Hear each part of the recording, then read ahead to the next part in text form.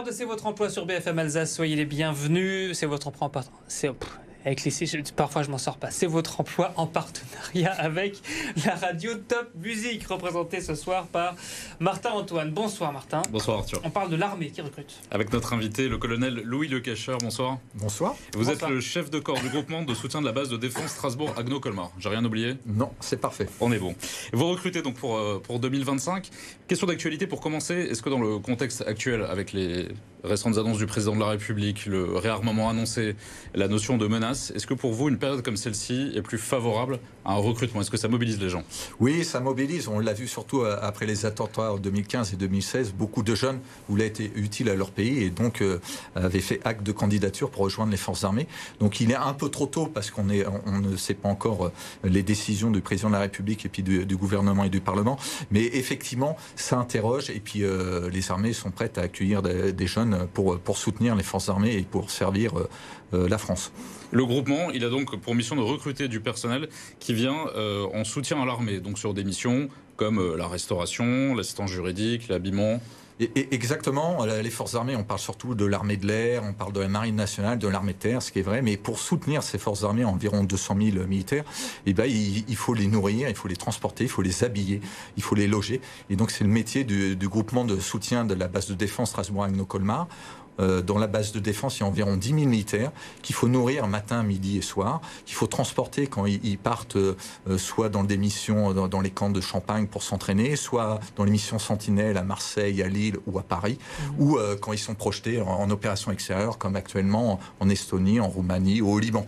Ou à Mayotte et en Nouvelle-Calédonie, effectivement aussi. Ça veut dire qu'aujourd'hui, vous cherchez quel type de profil pour faire quel métier en fait? Alors, les métiers en tension et les métiers du soutien en tension, c'est surtout, et vous l'avez très bien dit, c'est dans la restauration et les conducteurs transports en commun. Alors, la restauration, effectivement, mes militaires, ils doivent manger matin, midi et soir, et puis 7 jours sur 7, et puis soit au quartier, soit en opération ou en exercice. Ma particularité, c'est que je recrute aussi bien du personnel militaire que du personnel civil. Donc le personnel militaire, il sera d'abord soldat et militaire, et son métier après, une fois qu'il aura fait sa formation initiale de 13 semaines commune à toutes les forces armées, on va le rentrer dans sa spécialité soit de restauration, donc cuisinier, serveur ou conducteur de bus, etc. Mais alors pour les civils, c'est quoi là? Alors pareil, le personnel civil, je vais les recruter donc en tant que cuisinier, serveur, etc. La seule différence, c'est que lui, il n'aura pas un statut de militaire, il ne va pas faire ses classes comme on appelait avant, pendant 13 semaines, c'est-à-dire que lui, il sera sous le statut de fonctionnaire ou d'agent sous contrat de la fonction publique. Voilà. Lesquels d'entre eux pourraient être amenés à ensuite partir en ce qu'on appelle les opérations extérieures? Je pose la question parce que c'est vrai qu'en ce moment... Oui.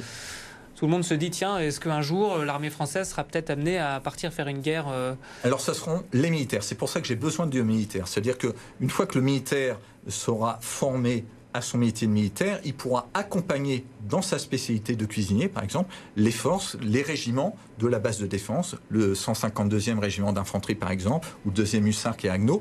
Quand lui, il est projeté en Roumanie, quand il est projeté au Liban, il a besoin aussi d'être soutenu, d'être nourri tous les jours, etc. Donc moi, j'envoie mes cuisiniers militaires pour le soutenir au quotidien.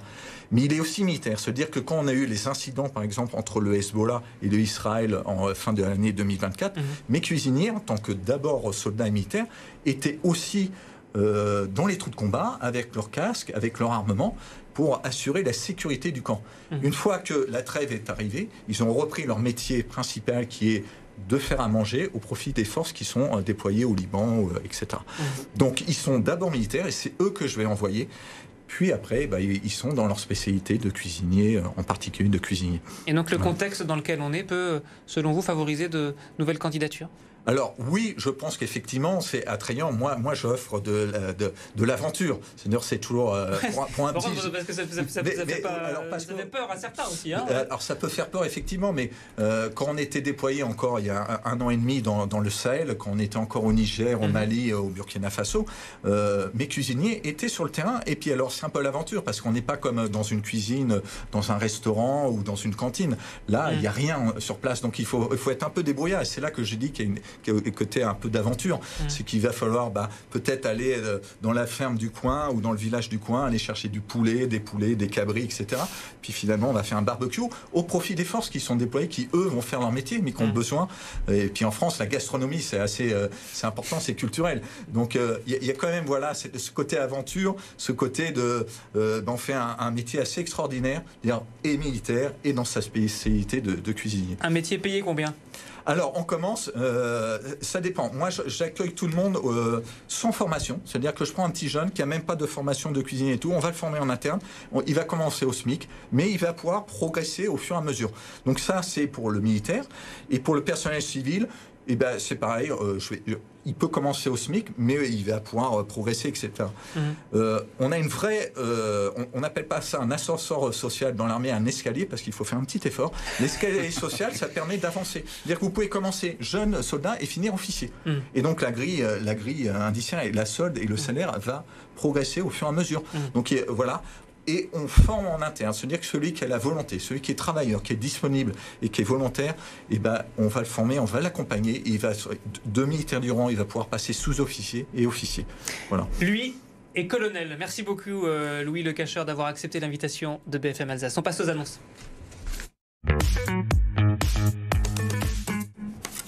Et on commence, Martin, avec le groupe hospitalier Saint-Vincent qui organise un job dating spécial.